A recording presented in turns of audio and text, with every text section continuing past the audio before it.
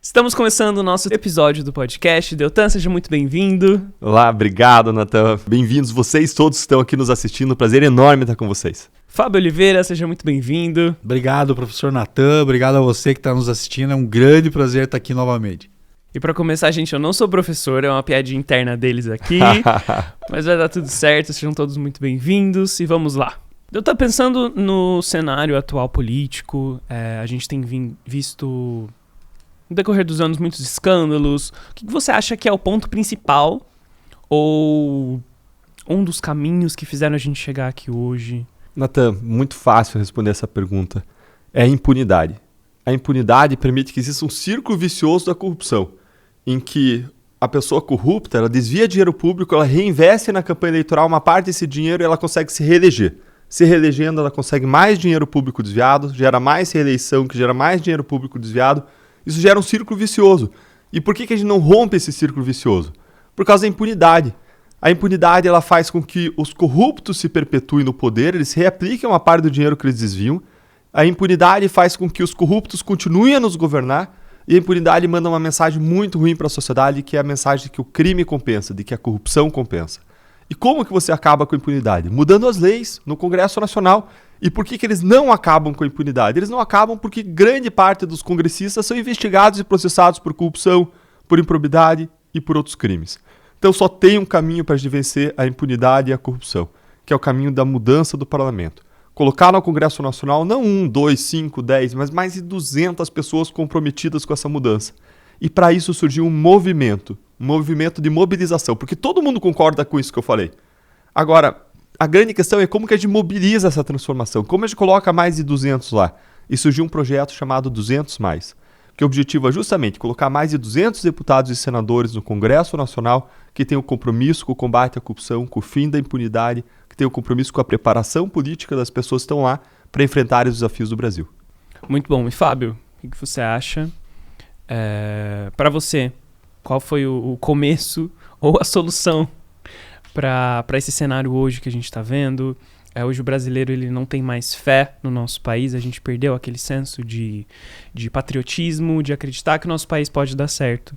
Por onde você começaria a mudar esse cenário? Esse processo de mudança que a gente está ansioso, tá sedento hoje no Brasil, a gente percebe muito claramente uma similaridade do que aconteceu em 2014. A gente vê nada, na verdade, está diferente do que daquela época. E o que aconteceu naquela época que nos traz até hoje? Lá em 2014, quando o Deltan estava coordenando a Força-Tarefa da Lava Jato, junto com os outros procuradores, eles escreveram o que foi chamado de 10 medidas de combate à corrupção. Eram nada mais, nada menos do que propostas, na verdade, que visavam punir o condenado por corrupção de uma maneira mais severa, como em qualquer outra democracia no mundo, menos no Brasil.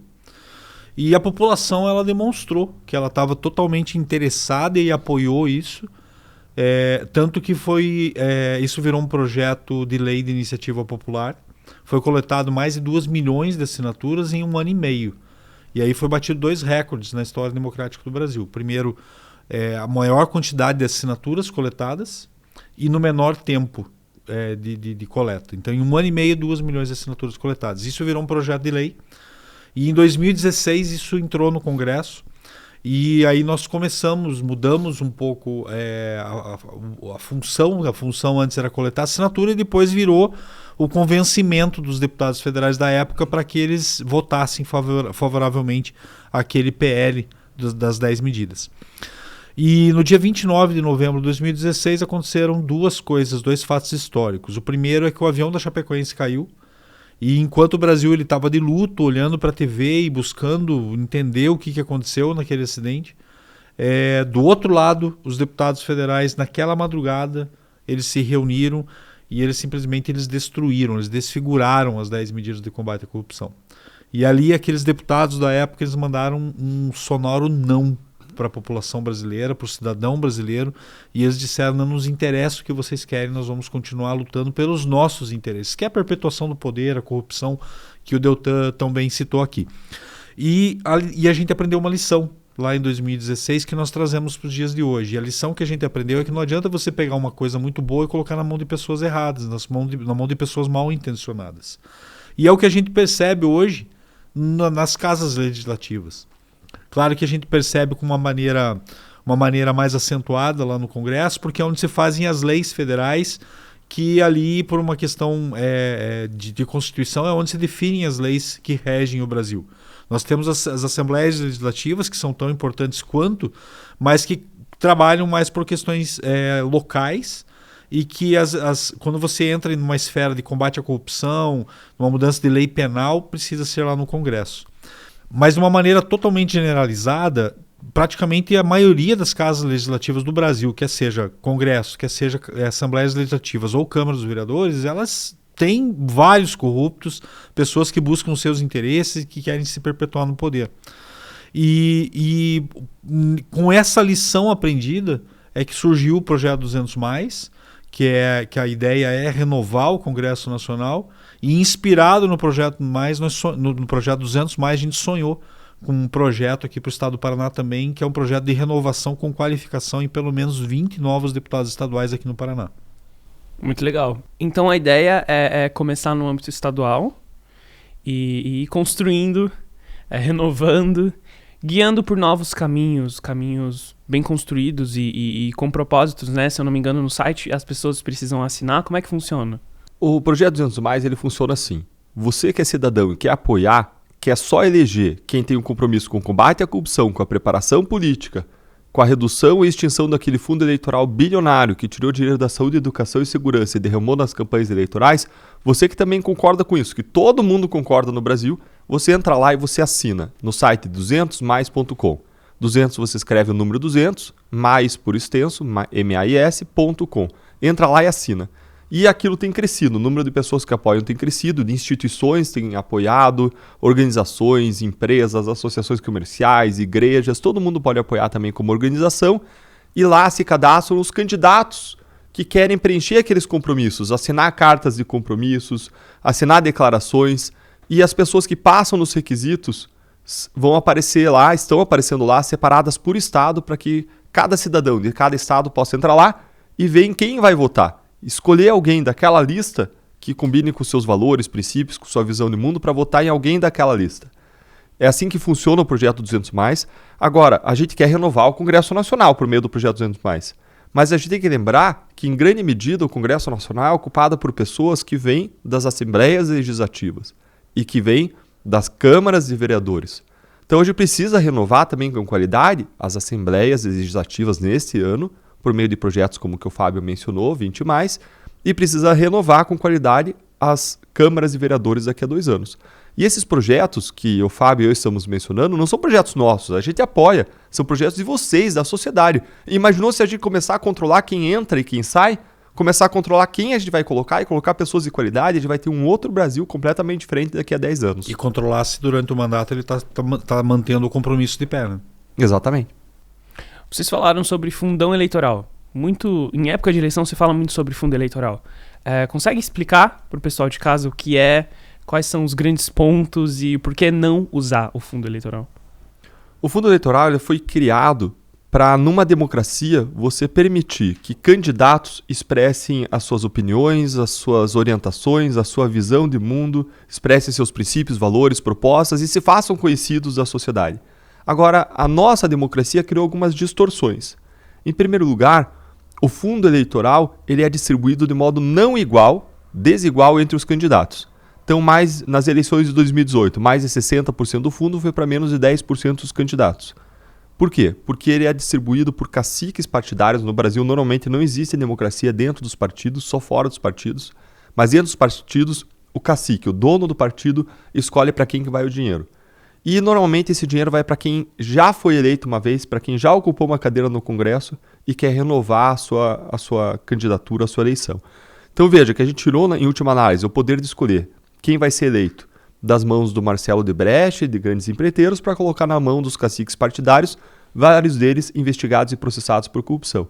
E é um outro modo de pessoas que já estão lá perpetuarem o seu poder. E quando a gente estuda livros sobre por que que as nações não avançam, algumas nações não se desenvolvem, como o livro Por que as Nações Fracassam, eles colocam que uma das razões do fracasso das nações é a falta de permeabilidade da elite política e da elite econômica. Quando você cria mecanismos de enrijecer quem está no poder continua lá, sem a chance de novos candidatos entrarem e chegarem lá com facilidade, o que acontece é um atraso daquele país. Você não tem novas ideias, novas pessoas, as mais eficientes chegando lá. Você tem lá, sim, um jogo de poder em que quem tem mais poder consegue mais dinheiro, e já várias pesquisas mostraram que quanto mais dinheiro a pessoa investe numa campanha eleitoral, maior número de votos que ela recebe. Porque ela faz campanhas eleitorais hollywoodianas, em que emociona os eleitores com filmes muito bem feitos, beijando uma criança. Então você vê aquele corrupto que desviou bilhões lá, beijando uma criança, todo mundo chora assistindo e muita gente vai cair no conto do vigário e vai acabar votando naquela pessoa e ela tende a ser reeleita. Então o fundo eleitoral, ele, numa democracia, ele pode se justificar, mas ele precisa de uma distribuição igualitária e ele precisa ser de um valor razoável, não pode ser um valor excessivo, senão você, de novo, você distribui de modo desigual e você ingessa a possibilidade de outras pessoas entrarem na política. A gente teve um fundo de 2 bilhões nas eleições de 2018, a eleição funcionou, e o que eles fizeram nessa eleição? Aumentaram de 2 para 6 bilhões, tirando dinheiro de serviços públicos essenciais, saúde, educação, segurança, saiu dinheiro e foi para lá. Proporcionalmente, porque 6 bilhões é um número muito grande, né? Proporcionalmente, o que isso representaria de valores ou de coisas que poderiam ser reaplicadas para o nosso país? Olha, isso aí certamente significa aí centenas, se não milhares de escolas, de hospitais, de policiamento. Você poderia melhorar salários de professores em determinados estados. É muito dinheiro, né? 6 bilhões. A gente perde a noção de quanto que significa 6 bilhões.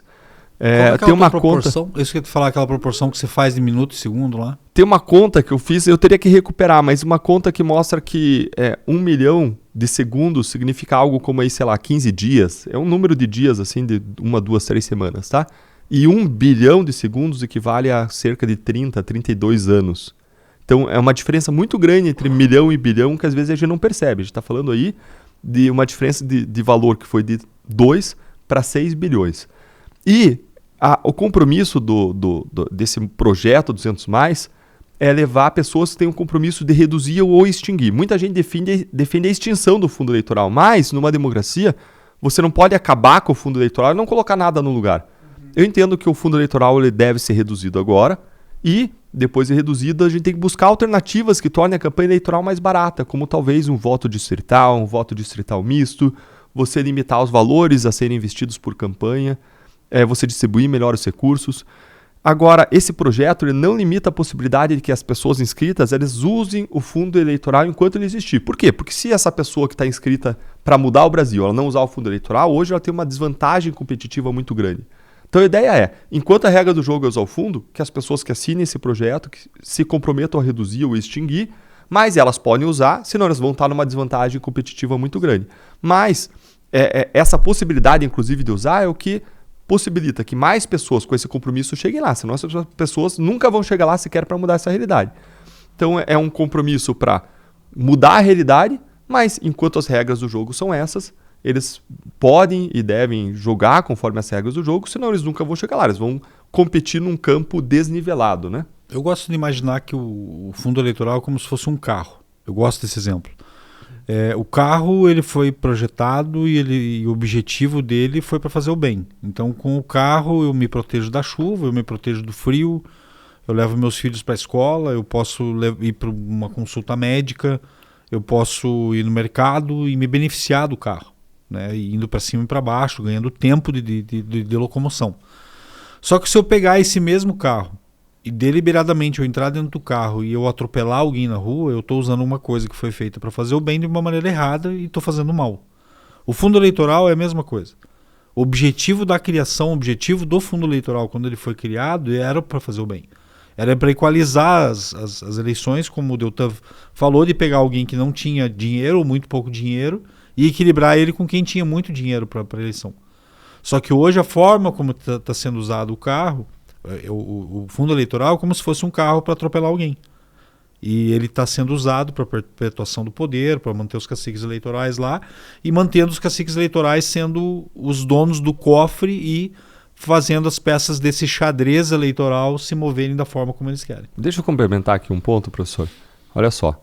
Hoje, uma vez que a gente entrou agora como candidato, a gente conhece um pouco melhor a realidade. Qual é a realidade? A realidade é uma realidade em que quem já é vereador, quem já é deputado estadual, quem já é deputado federal, quem já é senador, tem uma chance muito maior de ser eleito. Por quê? Porque essas pessoas já têm uma estrutura. Já tem uma estrutura que gerencia suas redes sociais, uma estrutura de rede de relacionamentos, pessoas que fazem coordenação política. Tudo pago com dinheiro público e eles já saem na frente de todo mundo. É como se largar numa corrida de 500 metros em que aquela pessoa que já tem um cargo, ela já sai 200 metros na tua frente. E aí, quando você tem um fundo eleitoral, a ideia era equalizar essa corrida, era botar as pessoas mais próximas.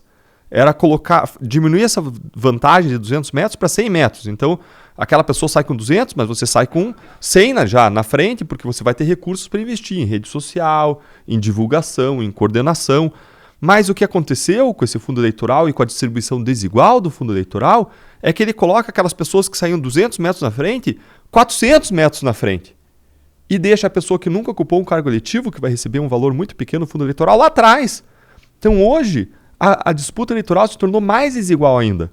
O que é uma perversão do fundo eleitoral, como o Fábio explicou. É um instrumento que foi imaginado para permitir uma maior democracia, um maior conhecimento pela sociedade de quem são os melhores candidatos, está sendo usado de modo desvirtuado para a perpetuação do poder por parte de quem já alcançou o poder. Então, hoje, os deputados e senadores que estão lá, eles não precisam mais... não preciso mais da corrupção para perpetuar o seu poder. E o problema é que a gente está num sistema em que grande parte de quem está lá viveu no sistema de corrupção, desvia dinheiro, enche seu bolso, e o sistema faz agora com que, além de eles terem o dinheiro da corrupção para perpetuar o seu poder, que eles desviam dinheiro público, eles têm ainda um fundo bilionário para perpetuar o seu poder. Então, a regra do jogo se tornou muito hostil para quem quer entrar na política. Então, eu queria deixar uma sugestão para você.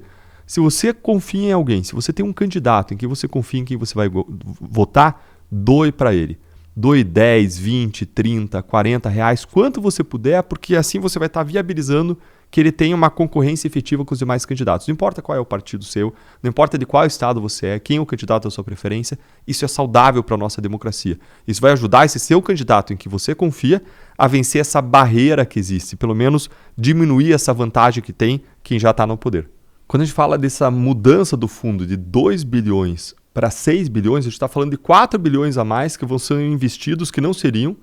E esses 4 bilhões significa você construir em cada estado 15 escolas de 10 milhões de reais cada uma. É muito dinheiro.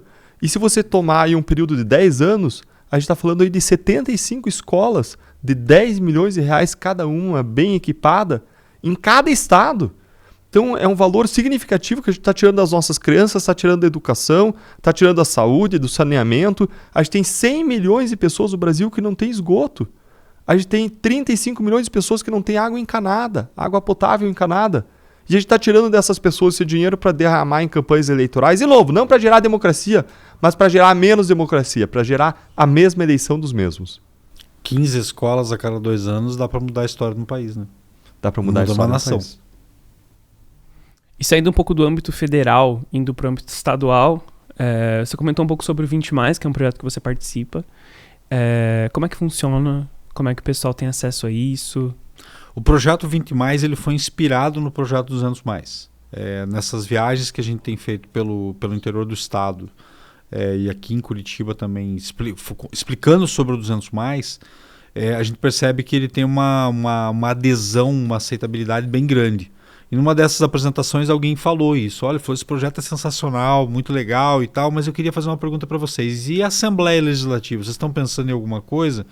E ali surgiu aquela pimentinha, aquela ideia, e aquela ideia a gente acabou entendendo que era uma necessidade. Da gente não ter uma renovação só no Congresso Nacional, mas também a gente ter uma renovação aqui na Assembleia Legislativa do Estado do Paraná. E estudando a realidade do nosso estado, estudando a realidade da Assembleia Legislativa do Estado do Paraná, o histórico de corrupção, a gente percebeu que também se faz necessário urgentemente uma renovação com qualificação. Por que eu falo renovação com qualificação? Porque se você for pegar algumas pesquisas que foram feitas agora, a gente percebe que em 2018, na eleição que entraram 2 novos senadores, nós tivemos 87% de novos senadores no Senado, nós tivemos 47% de novos deputados federais na Câmara dos Deputados e aqui na LEP nós tivemos 44% de novos deputados estaduais. Só que quando a gente faz uma ideia, um levantamento desses assuntos que envolvem combate à corrupção, transparência, fiscalização, prisão em segunda instância, foro privilegiado, você percebe que nada de novo aconteceu. Então o que se achou que era uma renovação, na verdade foi uma simples troca. Então a gente percebe que para a gente conseguir uma transformação, uma renovação, a gente precisa de parâmetros, de critérios, que o 200+, como o Deltan falou, bem, e o 20+ também. Tem 3 princípios que norteiam essa transformação, essa renovação da LEP. O primeiro é a preparação política, que o Deltan falou do 200+ também, que é um compromisso que o candidato a deputado estadual ele faz de se comprometer a fazer um curso de pelo menos 100 horas de duração e reciclar esse curso a cada 2 anos. O segundo princípio do 20+ é o princípio da transparência. Nós tivemos casos gravíssimos de corrupção na história recente aqui do estado do Paraná. Inclusive, no último deles foi desviado em torno de 24 milhões de reais. Ou seja, nós poderíamos construir 2 escolas, mais de 2 escolas aqui, ou então um hospital completamente equipado. Nós temos várias regiões aqui do Paraná que estão sofrendo por falta de hospital. Londrina, por exemplo, nem hospital regional tem. Guarapuava foi construindo um prédio lá que não está sendo usado. Tem uma ala que está sendo usada para Covid e pronto. Não tem funcionário, não tem equipamento, não tem leito, não tem maca, porque não tem dinheiro investido lá. Então, se nós tivermos ferramentas que diminuam a possibilidade de corrupção, que a transparência fique latente, nós vamos evitar casos de corrupção dentro da Assembleia Legislativa. E o terceiro princípio, o primeiro, capacitação política, o segundo, transparência, o terceiro, fiscalização, com os deputados estaduais realmente comprometidos em fiscalizar o Poder Executivo e o Poder Judiciário, nós poderíamos evitar o caso de corrupção, por exemplo, dos pedágios. Além do R$1 bilhão que foi feito o acordo leniense do Ministério Público com as concessionárias, que ficou totalmente claro que teve corrupção, além de um relatório do Tribunal de Contas afirmando que existia, mostrando indícios que existia corrupção, e os deputados estaduais nada fizeram. Infelizmente, ainda além do dinheiro, foi feito um levantamento pela Polícia Rodoviária Federal das colisões frontais que ocorreram em trechos que deveriam ter sido duplicados. Eram para ter sido duplicados 1.000 quilômetros de rodovias no estado do Paraná, foram duplicados apenas 300, e nesses 700 quilômetros que não foram duplicados foi feito esse levantamento. E tiveram 400 mortes nesse processo. Ou seja, além de dinheiro, a corrupção é uma assassina. É uma assassina silenciosa, e que se nós realmente não tivermos deputados estaduais comprometidos em fiscalizar o Poder Executivo, infelizmente nós vamos ter mais casos de corrupção acontecendo no Paraná. E, infelizmente, hoje a gente tem uma cultura muito, muito forte na política principalmente. Já tá muito ruim, já tem muita gente má lá e deixa do jeito que tá. Mas esses projetos, eles trazem pra gente um pouco de esperança de renovação, de se tá ruim hoje é porque as pessoas boas, elas não estão se colocando mais lá, ou elas abriram mão de estar lá, trazendo esperança e trabalhando por dias melhores, assim.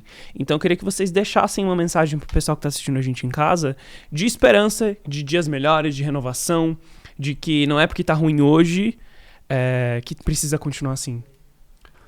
O triunfo dos maus e dos ruins é causado pela omissão dos bons. E a gente está tratando aqui de 2 problemas. O problema de desonestidade, as pessoas más, e o problema da incompetência, os ruins. Então, as consequências que a gente sofre em razão do triunfo dos maus e dos ruins é a consequência da omissão dos bons. E projetos como o 200+, e o 20+, eles trazem para as pessoas o poder de mudar essa realidade. Trazem o poder, a capacidade nossa da gente nos mobilizar para mudar essa realidade, para realizar o nosso sonho de construir um país mais justo, mais próspero e melhor. Então, se você me perguntar se eu acredito no Brasil, Eu acredito, mas eu acredito no Brasil construído por nós, em conjunto, pela mobilização, de baixo para cima. E não acredito no Brasil construído pela classe política que a gente tem hoje. Uma classe política recheada, permeada por corrupção e por incompetência. Eu acredito sim no Brasil que a gente vai construir juntos por meio de iniciativas de mobilização e de trabalho que mudam essa realidade de baixo para cima com os projetos 200 mais e 20 mais. Então, se você acredita no Brasil, ou se você vai morar aqui ainda, se você não vai fugir para fora do Brasil, entra nesse projeto, apoia, porque é o nosso caminho de transformação do nosso país. Muito bom. Esses dias a gente se encontrou com uma pessoa, um político aqui do Paraná, bastante experiência, e, enfim, e nós fomos conversar com ele para buscarmos conhecimento, experiência, e nós tivemos a oportunidade de apresentar para esse político o projeto 200 mais e o projeto 20 mais. E a resposta dele foi a resposta que a gente sempre ouve, a resposta inicial dele foi a resposta que a gente sempre ouve, que é: nosso projeto é bacana, é legal e tal, mas eu queria falar uma coisa para vocês. Parem com esse projeto. Desistam desse projeto. Trabalhem com ele depois que vocês estiverem eleitos. Porque se vocês usarem agora esse projeto, vocês vão estar chutando a canela de gente grande, vocês vão estar chutando a perna de gente graúda, e vocês não querem isso. E a gente saiu de lá meio atordoado dessa conversa, mas passado o atordoamento pós-conversa, e foi rápido isso, a gente chegou à conclusão que a gente não deveria desistir desse sonho e que a gente deveria persistir nesse sonho, porque esse sonho não é meu, esse sonho não é do Deltan, esse sonho é da sociedade brasileira. A gente está falando de projetos que são desprovidos de ideologia e são apartidários. São projetos que realmente visam o benefício da população, o meu benefício. Visa o benefício dos meus filhos, da minha família e de todo o brasileiro. Então nós não vamos desistir desse projeto. O 200 mais não vai, o Deltan não vai desistir, eu não vou desistir. Do 20 mais, o Deltan não vai desistir, eu não vou desistir.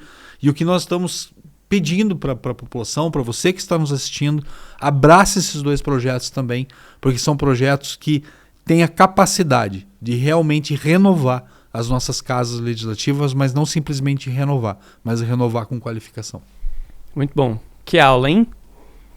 Então eu quero agradecer a presença de vocês mais uma vez, a gente poder se aprofundar um pouco nesses assuntos que é muito dito no politiquês, mas a gente não consegue entender muito bem, e poder saber de fato por que não usar ou como usar e trazer um pouco de esperança pra gente foi muito legal. Então muito obrigado pela presença de vocês, obrigado a você que assistiu a gente até aqui, encerramos o nosso episódio do podcast e até a próxima.